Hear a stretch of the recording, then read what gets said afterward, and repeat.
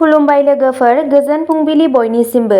नोंथांमोनखौ गोदान भिडिअ'आव आरो फिन खेबसेबाव बयखौबो बरायनाय बावहरबाय।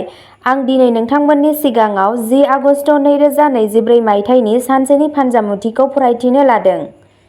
गिबियावनो दङ मेष राशि।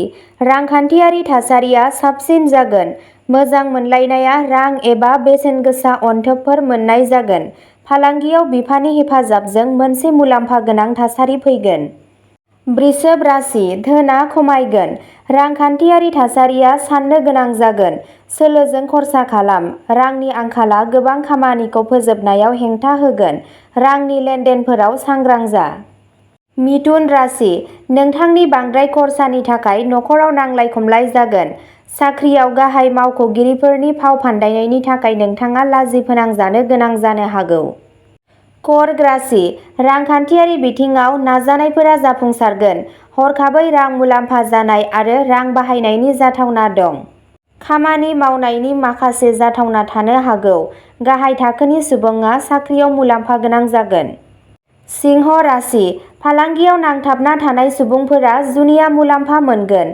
जायखिजाया आबुं खामानि आबुं जानायनि जाहोनाव रांखान्थियारि थासारिया साबसिन जागोन। कन्या राशि। बिहाव-बिखुनजोनिफ्राय रां आरो अनथोबफोर मोननो हायो।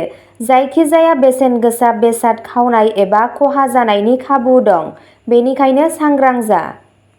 तुला राशि। खामानिखौ मावनायाव हेंथाफोर थागोन, नाथाय माखासे नाजानायनि उनाव थासारिया मोजां जानो हमगोन, जाय नोंथांनि फोथायथिखौ बांहोगोन। सिगांनिफ्रायनो माखासे खामानिया थाबथानानै थानायनि जाथावना थागोन। वृश्चिक राशि। नों गावनि बिमानिफ्राय रांखान्थियारि मदद मोनगोन। नोंथाङा मोनसे गोजाम दाहारखौ सुख'नो हागोन। गारि बायनायनि सानथांखिआ जाफुंसारगोन। नखरनि जायखिजाया मोजां खामानियाव रां बाहाय। धनु राशि। गोदान सम्पथि बायनायनि खाबु थागोन। सम्पथि बायनाय आरो फाननायनि सरासनस्रा खामानियाव सांग्रां जा। बे बिथिङाव गोख्रै जेबो गिदिर थिरांथा दाला। रांखान्थियारि आयदायाव लासै-लासै दावगानायनि बांसिन खाबु थागोन। मकर राशि। रांनि लेनदेनफोराव सांग्रां जा। फालांगियाव जायखिजाया गोनांथार थिरांथा ला। नोंथाङा दाहारखौ सुख'नो हागोन। कुम्भ राशि। राङारि आयदाफोराव सोलिबाय थानाय जेंनाफोरा बाङाइ जागोन। आयनि फुंखाफोरा बांनायनि आसा दं। मोजां मोनलायनाय सोमोन्दोआव मुलाम्फा जागोन। मीन राशि। आरामनि बेसादआव बांसिन रां बाहायनायनि सिगां नोंथांनि राङारि थासारिखौ नाय।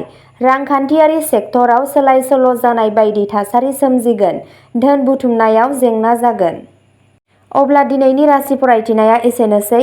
नोंथांमोनहा बेबादिनो सानफ्रोमबोनि फानजामुथिखौ मिथिनो थाखाय चेनेलखौ साबस्क्राइब खालामनानै लादो। आरो भिडिअ'खौ नायनानै मोजां मोनदोंब्ला अन्नानै लाइक, शेयार आरो कमेन्टबो खालामनानै होदो।